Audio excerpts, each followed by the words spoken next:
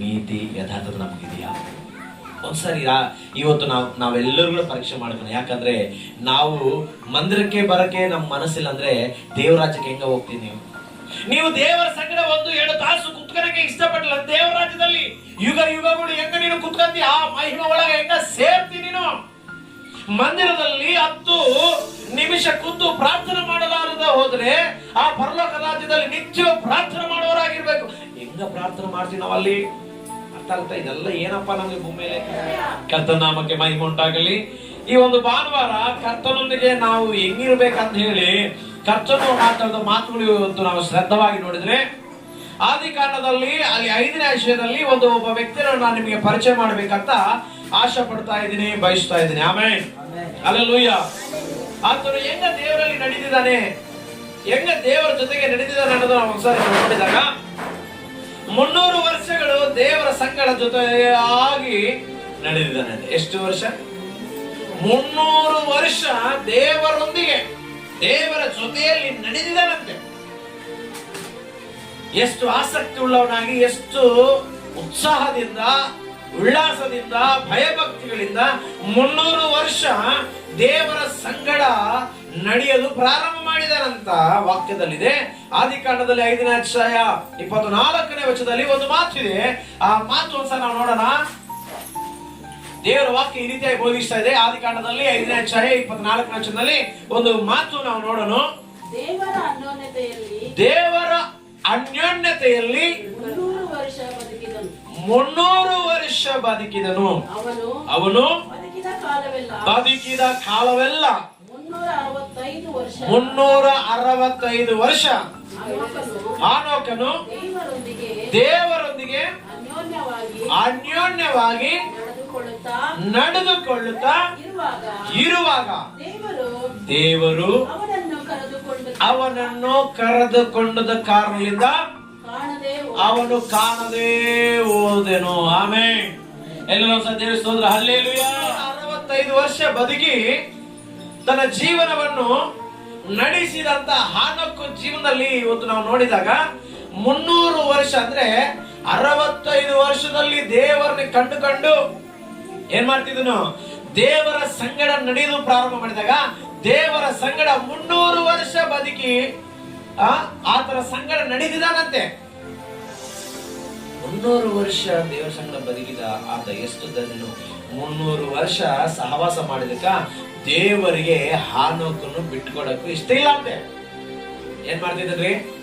ಹಾನೋಕನು ದೇವರು ಭೂಮಿ ಮೇಲೆ ಬಿಟ್ಟುಕೊಡಕ ಇಷ್ಟಪಟ್ಟಿಲ್ಲ. ಇವನು 300 ವರ್ಷ ನನ್ನ ಜೊತೆಯಲ್ಲಿ ನಡೆದಿದ್ದಾನೆ, ಇವನು ನನ್ನ ಜೊತೆಗೆ ಇರಬೇಕಂತ ಹೇಳಿ ಆತನು ಸಾಯಕ ಮುಂಚೆ ಏನ್ ಮಾಡಿದಾನೆ? ಸಜೀವನಾಗಿ ಕರ್ಕೊಂಡು ಹೋಗ್ಬಿಟ್ಟಿದ್ದಾನೆ. ಹಲ್ಲೆಲೂಯಾ. ಹೆಂಗ ಕರ್ಕೊಂಡು ಹೋಗಿದನು? ಹಾನೋಕು ಮರಣವನ್ನು ರುಚಿ ನೋಡಿಲ್ಲ, ಹಾನೋಕು ಮರಣವನ್ನು ನೋಡೇ ಇಲ್ಲ. ಬದುಕಿದ್ದಾಗಲೇ ದೇವರ ಸಂಗಡ ನಡೆಯುತ್ತಾ ಇರುವಂತ ಆತನ ಜೀವನವು ಹಂಗೇ ದೇವರು ಏನ್ ಮಾಡಿದ? ತನ್ನ ರಾಜ್ಯಕ್ಕೂ ಕರ್ಕೊಂಡು ಹೋಗ್ಬಿಟ್ಟಿದ. ಹಲ್ಲೆಲೂಯಾ. ಆದ್ರೆ ಇವತ್ತು ನಾವುಗಳಿಗೆ ದೇವರು ಏನಂತ ಹೇಳ್ತಿದ್ದಾರೆ ನಾವು ನೋಡಿದಾಗ, ನಮ್ಮ ಜೀವನದಲ್ಲಿ ನಾವು ದೇವರ ಸಂಗಡ ಹೇಗೆ ನಡೀತಿದೀವಿ? ನಾವು ದೇವರ ಅನ್ಯೋನ್ಯವಾದವಾಗಿದ್ದೀವ? ದೇವರ ಜೊತೆಯಲ್ಲಿ ಅನ್ಯೋನ್ಯರಾಗಿ, ಪ್ರೀತಿ ಉಳ್ಳವರಾಗಿ, ಸತ್ಯತೆ ಉಳ್ಳವರಾಗಿ, ಭಯ ಉಳ್ಳವರಾಗಿ, ಭಕ್ತಿ ಉಳ್ಳವರಾಗಿ ನಾವು ದೇವರ ಸಂಗಡ ನಡೆಯಕ್ಕೂ ಆಗ್ತಿದ್ಯಾ? ಹೇಳೋ ಒಂದು ಮಾತು ಆಗ್ತಿದ್ಯಾ ಅಂತ ನೋಡಿದಾಗ ಆಗ್ತಾ ಇಲ್ಲ. ಒಂದು ವಾರ ಒಂದು ಕೆಲಸ, ಒಂದು ವಾರ ಒಂದು ಕೆಲಸ, ಒಂದು ವಾರ ಒಂದು ವ್ಯಾಪಾರ, ಒಂದು ವಾರ ಒಂದು ಕೆಲಸ, ಈ ಲೋಕ ಸಂಬಂಧವಾದ ಎಲ್ಲ ವಿಚಾರಗಳೇ ನಾವು ನಡೆಯಕ್ಕೆ ಆಗ್ತಾ ಇಲ್ಲ. ನೀವು ಆತನ ಸಂಗಡೇ ನಡೆಯಕ್ಕೆ ಆಗ್ತಿಲ್ಲ ಅಂದ್ರೆ ಆತನ ಪರಲೋಕದಲ್ಲಿ ನೀನು ಹೇಗೆ ನಿಂದಿಸ್ಕೊತಾನೆ? ಆತ ನಿನಗೆ ಪರಲೋಕ ರಾಜ್ಯದಲ್ಲಿ ಹೇಗೆ ಸ್ಥಾನ ಕೊಡಬೇಕು? ಹೌದಲ್ವಾ? ದೇವರ ಸಂಗಡ ನಡೆಯಕ್ಕೆ ನನಗೆ ಇಷ್ಟ ಇಲ್ಲ ಅಂತಂದ್ರೆ ದೇವರಿರುವಂತ ರಾಜ್ಯದಲ್ಲಿ ನೀನು ಹೇಗೆ ಇಷ್ಟಪಡ್ತೀವಿ? ಯೋಚನೆ ಮಾಡ್ತಿದ್ದೆ. ಸಭೆಗೆ ಬಂದು ಕೂತ್ಕೊಂಡಿದಂತ ಫ್ರೀಯಾಗಿ ಪರಲೋಕ ರಾಜ್ಯದಲ್ಲಿ ಕುತ್ಕೊಳಕ್ ಆಗಲ್ಲ. ಆಮೇಲೆ ಅಲ್ಲಿ ಕುತ್ಕೋಬೇಕು, ಅಲ್ಲಿ ನಿಂತ್ಕೋಬೇಕು, ಅಲ್ಲಿ ಸೇರ್ಬೇಕಂದ್ರೆ ನಿನ್ನ ಹೃದಯ ಪರಿಶುದ್ಧವಾಗಿರ್ಬೇಕು, ನಿನ್ನ ಮನಸ್ಸು ಪರಿಶುದ್ಧವಾಗಿರ್ಬೇಕು, ನಿನ್ನ ನಡವಳಿ ಹೆಂಗಿರ್ಬೇಕು? ಶುದ್ಧವಾಗಿರ್ಬೇಕು. ಕರ್ತನಂತಿದನು ಪೇತ್ರ ಮೊದಲನೇ ಪತ್ರಿಕೆಯಲ್ಲಿ, ನಾನು ಪರಿಶುದ್ಧನು, ನೀವು ಪರಿಶುದ್ಧರಾಗಿರ್ರಿ. ಆಮೇನ್, ಆಮೇನ್. ಎಲ್ಲ ಜೋರಾಗಿ ಆಮೇನ್. ನಾನು ಪರಿಶುದ್ಧನು, ನೀನು ಕೂಡ ಪರಿಶುದ್ಧವಾಗಿದ್ರೆ ನನ್ನ ಸಂಗಡ ಪರಲೋಕ ರಾಜ್ಯದಲ್ಲಿ ನೀವು ಸಹ ಬರಿ. ಕರ್ತನು ಕರ್ಕೊಂಡು ಹೋಗ್ತಾನೆ. ಈಗ ಹಾನೋಕು ದೇವರ ಸಂಗಡ ಹೆಂಗಿದ್ದಾನೆ? ಅನ್ಯೋನ್ಯತವಾಗಿದೆ. ಆಮೇಲೆ ಇವತ್ತು ನಾನು ನಿಮ್ಮನ್ನು ಕೇಳ್ತೀನಿ, ನೀವು ದೇವರ ಸಂಗಡ ಹೆಂಗಿದ್ದೀರಿ? ಯೋಚನೆ ಮಾಡ್ತಿದ್ದಾರೆ. ನೀವು ದೇವರ ಸಂಗಡ ಹೆಂಗಿದ್ದಾರೆ? ನೀವ್ ಹೆಂಗಿದೀವಿ? ಅನ್ಯೋನ್ಯತವಾಗಿದೆಯಾ? ಇಲ್ಲ ದೇವರಿಗೆ ಕೋಪ ತರಿಸುವಂತ ಸ್ಥಿತಿ ಇದೆಯಾ? ಇಲ್ಲ ದೇವರಿಗೆ ಘನತೆ ತರಿಸುವಂತ ವಿಧಿ ಇದೆಯಾ? ನೀನು ದೇವರಿಗೆ ಮಹಿಮೆ ಪಡಿಸುವಂತ ಸ್ಥಿತಿಯಲ್ಲಿ ಇದೆಯಾ? ಯಾವ ಸ್ಥಿತಿಯಲ್ಲಿ ಇದೆ ನೀನು? ಸರಿ ಯೋಚನೆ ಮಾಡಬೇಕು. ಕರ್ತನು ಇವತ್ತು ನಮ್ಮನ್ನು ಧೈರ್ಯಪಡಿಸಿದ್ದಾನೆ, ಕರ್ತನು ನಮ್ಮನ್ನು ಬಲಪಡಿಸಿದ್ದಾನೆ, ಕರ್ತನು ನಮ್ಮ ಜೊತೆಗೆ ಇವತ್ತು ಮಾತಾಡ್ತಿದ್ದಾನೆ. ಆಮೇಲೆ ಹೇಳ್ರಿ ಹಲ್ಲೆಲೂಯಾ, ಹಲ್ಲೆಲೂಯಾ. ಹಾನೋಕು ದೇವರ ಸಂಗಡ ನಡೆದಿದ್ದಾನೆ. ನಾವಂತೀವಿ ಏನಮ್ಮ ಭಾನುವಾರ ಚರ್ಚಿಗೆ ಬಂದಿಲ್ಲ. ಯಾಕಮ್ಮ ಅಂದ್ರೆ ನಮ್ಗೆ ಎಷ್ಟು ಕೆಲಸಗಳು, ಎಷ್ಟು ಮಕ್ಕಳು, ಎಷ್ಟು ದನಗಳು, ಎಷ್ಟು ಹೊಳಗಳು, ಎಷ್ಟು ವ್ಯಾಪಾರಗಳು, ಎಷ್ಟು ಕೆಲಸಗಳು, ಮನೆ ಕೆಲಸ, ಹೊಲದ ಕೆಲಸ, ಆ ಕೆಲಸ, ಎಷ್ಟೋ ನೆಪಗಳು ಹೇಳ್ಬಿಡ್ತೀವಿ ನಾವು. ಅಂದ್ರೆ ಕೆಲಸಕ್ಕೆ ಬಾರದಂತ ಹೆಸರುಗಳೆಲ್ಲ ಹೇಳ್ಬಿಡ್ತೀವಿ ನಾವು. ಆದ್ರೆ 300 ವರ್ಷ ಹಾನೋಕನು ದೇವರ ಸಂಗಡ ನಡೆಯುತ್ತಾ ಆತನು ಏನ್ ಮಾಡಿದಂತೆ? ಒಬ್ಬನಾಗಿಲ್ಲ. ಅರ್ಥ ಆಗ್ತದ? ಆತನು ಕುಟುಂಬವನ್ನು ನಡೆಸಿದ್ದಾನೆ. ಆಮೇಲೆ ಕೆಲಸ ಮಾಡುತ್ತಾ ಮಕ್ಕಳನ್ನು ಅಡುತ್ತಾ, ಹೌದಾ? ಬೈಬಲ್ ನಲ್ಲಿ ಆ ವಚನ ನೋಡ್ರಿ, 21 ವಚನದಲ್ಲಿ ನೋಡಿದಾಗ ಆತನು ಹೆಂಗ ಬದುಕಿದ್ದಾನೆ? ತನಗೂ ಕುಟುಂಬ ಐತಾ ಇಲ್ವಾ? ಕೆಲಸ ಐತಾ ಇಲ್ವಾ? ಆತ ಕೆಲಸ ಮಾಡಿದಾನೆ ಇಲ್ವಾ? ಹೆಂಗ ಬದುಕಿದ್ದಾನೆ? ಹೆಂಗ ದೇವರ ಜೊತೆ ನಡೆದಿದ್ದಾನೆ ಅಂತ ನಾವು ನೋಡೋಣ. 21ನೇ ವಚನದಿಂದ 5ನೇ ಅಧ್ಯಾಯ 21 ವಚನ. ಹಾನೋಕನು 65 ವರ್ಷದವನಾದಾಗ ಪಡೆದನು. ಓಕೆ, ನೋಡ್ರಿ, ಹಾನೋಕನು ಮದುವೆ ಆಗೈತಿ. ಯೋಚನೆ ಮಾಡ್ರಿ, ಯಾರಿಗೆ ಮದುವೆ ಆಗೈತಿ ಹೇಳ್ರಿ? ಹಾನೋಕನಿಗೆ. ನನ್ನ ಜೊತೆಗೆ ಹೇಳ್ರಿ, ಹಾನೋಕನಿಗೆ ಮದುವೆ ಐತಿ, ಮಕ್ಕಳಿದ್ದಾರೆ, ಕುಟುಂಬ ಇದೆ, ಏಂತಿದೆ. ಅವರೆಲ್ಲ ಇದ್ದಾಗ ಮನೆಗೆ ಅವ್ರಿಗೆ ಊಟ ಕೊಡೋದು ಬೇಡ ಏನ್ರಿ? ಊಟ ಕೊಡ್ಬೇಕ ಬೇಡ? ಸುಮ್ನೆ ಬರ್ತದ? ಅಯ್ಯ ನಾನು ನಿನ್ನ ಸಂಗಡ ನಡೀತಿದ್ದೀನಯ್ಯ, ನನಗೆ ಊಟ ಕೊಡ್ತೀಯಾ, ಎಲ್ಲ ಕೊಡ್ತೀಯಾ ಅಂದ್ರೆ ದೇವರತನೇ ಕಷ್ಟಪಟ್ಟು ಕೆಲಸ ಅವನಿಗೆ ನಾನು ಸಹಾಯ ಮಾಡ್ತೀನಿ. ಆಮೇಲೆ ಹಲ್ಲೆಲೂಯಾ. ಕಷ್ಟಪಟ್ಟು ಯಾರು ಕೆಲಸ ಮಾಡ್ತಾರೆ ಅವನಿಗೆ ನಾನು ಸಹಾಯ ಮಾಡ್ತೀನಿ. ಸುಮ್ನೆ ಕುತ್ಕೊಂಡು ನನಗೆ ಸೋಮೇರಾಗಿರೋನಿಗೆ ನಾನು ಏನು ಕೂಡ ಕೊಡೋದಿಲ್ಲ, ದೇವರ ಕಡೆಗೆ ನೋಡೋದಿಲ್ಲ ಅಂತೆ. ಮತ್ತೆ ಏನ್ ಮಾಡ್ಬೇಕು? ಕರ್ತನ ಹೇಳ್ತಾನೆ, ನೀವು 6 ದಿವಸ ಕಷ್ಟಪಟ್ಟು ಕೆಲಸ ಮಾಡ್ರಿ, ನಾನು ನಿಮ್ಮ ಪುಟ್ಟಿಗಳನ್ನು ಕೊಡಗಳನ್ನು ನಾನು ಏನ್ ಮಾಡ್ತೀನಿ? ಆಶೀರ್ವಾದ ಮಾಡುತ್ತೀನಿ, ತುಂಬಿಸ್ತೀನಿ. ನಿನ್ನ ಮನೆಯಲ್ಲಿ ಯಾವ ಕಡಿಮೆ ಇಲ್ಲದಂತೆ ನಾನು ಆಶೀರ್ವಾದ ಮಾಡೇ ಮಾಡ್ತೇನೆ ಅಂತ ದೇವರು ಹೇಳ್ತಿದ್ದಾರೆ. ಆಮೇಲೆ ಎಲ್ಲರ ಆಮೇಲೆ.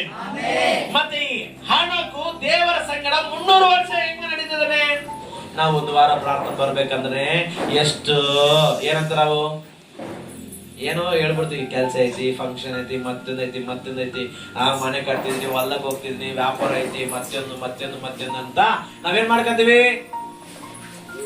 ಏನೇನೋ ಹೇಳ್ತೀವಿ. ಆದ್ರೆ 300 ವರ್ಷ ಒಂದು ದಿನ ಕೂಡ ಏನಾಗಿಲ್ಲದೆ ಹಾನೋಕು ಪ್ರೀತಿಲಿಂದ. ಆಮೇಲೆ ಹೆಂಗಿದಾರಂತೆ? ಅನ್ಯೋನ್ಯತೆಯಿಂದ ದೇವರ ಸಂಗಡ ನಡೆದಿದ್ದಾರೆ ಅಂತ ವಾಕ್ಯದಲ್ಲಿದೆ. ನಡೆದಿದೆ ಅಂತ ಮಾತುಗೆ ಏನಪ್ಪಾ ಅರ್ಥ ಅಂತಂದ್ರೆ ದೇವರ ಸಂಗಡ ಜೀವನ ಮಾಡಿದ್ದಾನೆ. ಆಮೇಲೆ ದೇವರ ಜೊತೆಯಲ್ಲಿ ನಡೆದಿದ್ದಾನೆ. ಒಬ್ಬ ವ್ಯಕ್ತಿ ಜೊತೆಗೆ ಒಬ್ಬ ನಡಿಬೇಕಂದ್ರೆ ಅವ್ರ ಮನಸ್ಸುಗಳು ಒಂದಾಗಿರ್ಬೇಕು. ಆಮೇಲೆ ಒಬ್ಬ ಮನಸ್ಸು ಚೆನ್ನಾಗಿ ಅರ್ಥ ಮಾಡ್ಕೋಬೇಕು. ಇಬ್ರು ಸ್ನೇಹಿತರ ಹತ್ರ ಇಬ್ಬರು ಸ್ನೇಹಿತರು ಹೆಂಗಿರ್ತಾರ? ಅವ್ರಿಗೆ ಏನಿಷ್ಟ ಇವನ್ ಗೊತ್ತಾಗುತ್ತೆ, ಇವನಿಗೆ ಏನಿಷ್ಟ ಅವ್ನ್ ಗೊತ್ತಾಗುತ್ತೆ, ಹೌದಲ್ವಾ? ಅವ್ನ್ ಹೆಂಗಿರ್ತಾನೋ ಇವನ್ ಗೊತ್ತಿರುತ್ತೆ, ಇವ್ನು ಹೆಂಗಿರ್ತಾನೋ ಅವ್ನ್ ಗೊತ್ತಿರ್ತದೆ. ಆದ್ರೆ ಹಾನೋಕು ದೇವರ ಕೂಟ ಸಹವಾಸ ಮಾಡಿದ್ಮೇಲೆ ದೇವರು ಪರಿಶುದ್ಧನು, ಆತನ ಮೆಚ್ಚಿಗಾದ ಕಾರ್ಯವನ್ನು ನನ್ನಲ್ಲಿ ಉಳಿರ್ಬೇಕು. ಆಮೇಲೆ ಹಲ್ಲೆಲೂಯಾ. ಸುಮ್ಮನೆ ಆಗ್ತದೇನ್ರಿ? ನಮಗೆ ಚೆನ್ನಾಗಿ ಅರ್ಥವಾದ ಕ್ವಾಲಿಟೀಸ್ ಅವನ ಒಳಗಿದ್ರೆ ಇವ್ ನನ್ನ ಸ್ನೇಹಿತನ, ಇವ್ರು ನನ್ನಂಗೆ ಅದನ್ನ ಅಂತೇಳಿ ನಾವು ಏನ್ ಮಾಡ್ತೀವಿ? ಸ್ನೇಹ ಭಾವ ಮಾಡ್ತೀವಿ, ಹೌದಾ? ಅದೇ ರೀತಿಯಾಗಿ ಹಾನೋಕು ದೇವರ ಸಂಗಡ ಸಹವಾಸ ಮಾಡಿದಾಗ 300 ವರ್ಷ ನಡೆಕೆ ಹಾನೋಕನ ಹೃದಯ ದೇವರ ಹೃದಯ ಒಂದಾಗಿತ್ತು. ಆಮೇಲೆ ದೇವರು ಪರಿಶುದ್ಧನು, ಪರಿಶುದ್ಧವಾದ ದೇವರು ಈ ಮನುಷ್ಯನ ಸಂಗಡ ನಡೆದಾಗ, ಅಯ್ಯೋ ನನ್ನ ದೇವರು ಪರಿಶುದ್ಧ, ನಾನು ಕೂಡ ಹೆಂಗಾಗಿರ್ಬೇಕು? ಪರಿಶುದ್ಧನಾಗಿರ್ಬೇಕಂತ ದಿನ ದಿನ ತನ್ನನ್ನು ತಾನು ಶುದ್ಧಪಡಿಸ್ಕೊಂಡು ದೇವರ ಸಂಗಡ ನಡೆದಿದ್ದಾನೆ. Amen, hallelujah. ದೇವರ ಸಂಗಡ ನಡೆಯುವುದು ಅಂತಂದ್ರೆ ಆತನ ಮಾತುಗಳು ಕೇಳಿ ತನ್ನ ಜೀವನ ಸರಿ ಮಾಡಿಕೊಂಡು ದೇವರ ಮಾತಿಗೆ ವಿಧೇಯತೆ ಕೊಟ್ಟು ನಡೆಯೋದೇ ಆತನ ಸಂಗಡ ನಡೆಯುವುದು. Amen, hallelujah. ಮತ್ತೆ ನಮ್ಮ ಜೀವನದಲ್ಲಿ ಹಾನೋಕನ ಹಾಗೆ ನಾವು ಕೂಡ ಬದುಕಿದ ದಿನಗಳೆಲ್ಲ ದೇವರೇ ನಾನು ನೀವು ಮೆಚ್ಚಿದಂತ ವ್ಯಕ್ತನಾಗಿ ನಿನ್ನ ಸಂಗಡ ನಾನು ನಡೆಯುತ್ತೇನಪ್ಪ. ನಡೆದನು ಅಂತಂದ್ರೆ ತನ್ನ ನಡತೆ ಏನ್ ಮಾಡಿದ, ದೇವರಿಗೆ ಇಷ್ಟವಾದ ವ್ಯಕ್ತನಾಗಿ ಬದಲಾವಣೆ.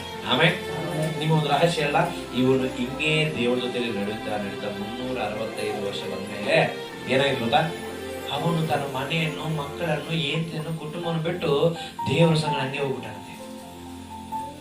ಹಲ್ಲೆಲೂಯಾ. ಹಾನೋಕು ಸತ್ತೋಗಿಲ್ಲ, ಸಾಯು ನೋಡಿಲ್ಲ. ದೇವರು ಇಷ್ಟಪಟ್ಟು ಇವನು ಹಿಂಗೆ ಇರ್ಬೇಕು, ನನ್ನ ಸಂಗಡ ಇರ್ಬೇಕು, ನನ್ನ ಜೊತೆಗೆ ಇರ್ಬೇಕು ಅಂತ ಹೇಳಿ ಹಂಗೇ ಕರ್ಕೊಂಡು ಹೋಗಿದಂತೆ. ಹಲ್ಲೆಲೂಯಾ. ಬೈಬಲ್ ನಲ್ಲಿ ಇಬ್ಬರು ಮರಣವನ್ನೇ ನೋಡಿಲ್ಲ.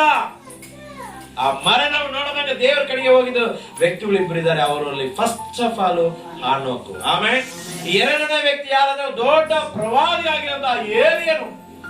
ಏಲಿಯ ಕೂಡ ಭಯಪಡ್ತಿದ್ರು, ಅಯ್ಯೋ ಮರಣ ಮರಣ, ನಾನು ಮರಣಕ್ಕೆ ಭಯಪಟ್ಟ ಅದನ್ನು ಬಚ್ಚಿಟ್ಕೊಂಡಿದ್ದಾಗ ದೇವರಂತಾನೆ, ನೀನು ರೋಷವುಳ್ಳ ಸೇವಕನಪ್ಪ, ನೀನ್ ಯಾಕೆ ಬಚ್ಚಿಟ್ಕೊಂಡೆ, ಆ ಮರಣವು ನಿನ್ನ ಮೇಲೆ ಬರದಾಗ ನಾನು ಕರ್ಕೊಂಡು ಹೋಗ್ತೀನಿ ಅಂತ ಹೇಳಿ ಬದುಕಿದ್ದಾಗಲೇ ದೇವರು ಕರ್ಕೊಂಡು ಹೋಗಿದ್ದ. ಆಮೇಲೆ ಬೈಬಲ್ ಅಲ್ಲಿ ಮರಣವು ನೋಡದಂಗ ಹೋಗಿದವರು ಇಬ್ರು.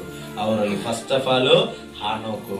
ಎದಕ್ಕೂ ದೇವರು ಇಷ್ಟಪಡ್ತಿದ್ದಾರಂತಂದ್ರೆ ದೇವರಿಗೆ ಇಷ್ಟವಾದ ಜೀವನ ಜೀವಿಸಿದ್ದಾನೆ. ಆಮೇಲೆ ದೇವರಿಗೆ ಇಷ್ಟಕರವಾಗಿ ಬದುಕಿದ್ದಾನೆ, ಇಷ್ಟವಾಗಿ ಪ್ರೀತಿ ಮಾಡಿದ್ದಾನೆ, ಇಷ್ಟವಾಗಿ ಪ್ರತಿದಿನ ಎದ್ದು ಪ್ರಾರ್ಥನೆ ಮಾಡ್ತಿದ್ದಾನೆ. ಪ್ರಾರ್ಥನೆ ಮಾಡಿದ ತಕ್ಷಣ ದೇವರು ಹಾನೋಕನ ಜೊತೆ ಬಂದು ಹಲ್ಲೆಲೂಯಾ ಹಲ್ಲೆಲೂಯಾ ಅವರಿಬ್ಬರು ಏಕ ಮನಸ್ಸುಳ್ಳವರಾಗಿ ಅನ್ಯೋನ್ಯತೆ ಉಳ್ಳವರಾಗಿ ಬದುಕಿದ್ದಾನಂತೆ. ಆದ್ರೆ ಇವತ್ತು ನಾವು ಕೂಡ ಒಂದೊಂದ್ಸಲ ನಮ್ಮನ್ನ ಪರೀಕ್ಷಿಸ್ಕೊಳ್ಳೋಣ. ಕುತ್ಕೊಂಡ ನೀವು ನಿಂತ್ಕೊಂಡು ನಾನು ಕೂಡ ಪರೀಕ್ಷೆ ಮಾಡ್ಕೋಬೇಕು, ನಮ್ಮ ಜೀವನದಲ್ಲಿ ನಾವು ಹೇಗಿದ್ದೀವಿ. ಹಾನೋಕನಾಗಿ ದೇವರ ಸಂಗಡ ನಡೆಯುವಂತ ಪರಿಶುದ್ಧತೆ, ನೀತಿ, ಯಥಾರ್ಥತೆ ನಮಗಿದೆಯಾ? ಒಂದ್ಸರಿ ಇವತ್ತು ನಾವೆಲ್ಲರೂ ಪರೀಕ್ಷೆ ಮಾಡ್ತಾನೆ. ಯಾಕಂದ್ರೆ ನಾವು ಮಂದಿರಕ್ಕೆ ಬರಕ್ಕೆ ನಮ್ಮ ಮನಸ್ಸಿಲ್ಲ ಅಂದ್ರೆ ದೇವರ ರಾಜ್ಯಕ್ಕೆ ಹೆಂಗ ಹೋಗ್ತೀವಿ? ನೀವು ದೇವರ ಸಂಗಡ 1-2 ತಾಸು ಕುತ್ಕೊಳಕ್ಕೆ ಇಷ್ಟಪಟ್ಟಿಲ್ಲ, ದೇವರ ರಾಜ್ಯದಲ್ಲಿ ಯುಗಗಳು ಹೆಂಗ ನೀನು ಕುತ್ಕೊಂತಿ, ಆ ಮಹಿಮೆ ಒಳಗೆ ಹೆಂಗ ಸೇರ್ತಿ ನೀನು? ಮಂದಿರದಲ್ಲಿ 10 ನಿಮಿಷ ಕೂತು ಪ್ರಾರ್ಥನೆ ಮಾಡಲಾರದ ಹೋದ್ರೆ ಆ ಪರಲೋಕ ರಾಜ್ಯದಲ್ಲಿ ನಿತ್ಯ ಪ್ರಾರ್ಥನೆ ಮಾಡುವವರಾಗಿರ್ಬೇಕು. ಹೆಂಗ ಪ್ರಾರ್ಥನೆ ಮಾಡ್ತೀವಿ ನಾವಲ್ಲಿ? ಅರ್ಥ ಆಗ್ತಾ? ಇದೆಲ್ಲ ಏನಪ್ಪಾ ನಮ್ಗೆ ಭೂಮಿಯಲ್ಲೇ ಕಷ್ಟ ಅಂದ್ರೆ ಇದು ನಮ್ಗೆ ಟ್ರೈನಿಂಗ್. ಆಮೇಲೆ ಎಲ್ಲರೂ ಆಮೇಲೆ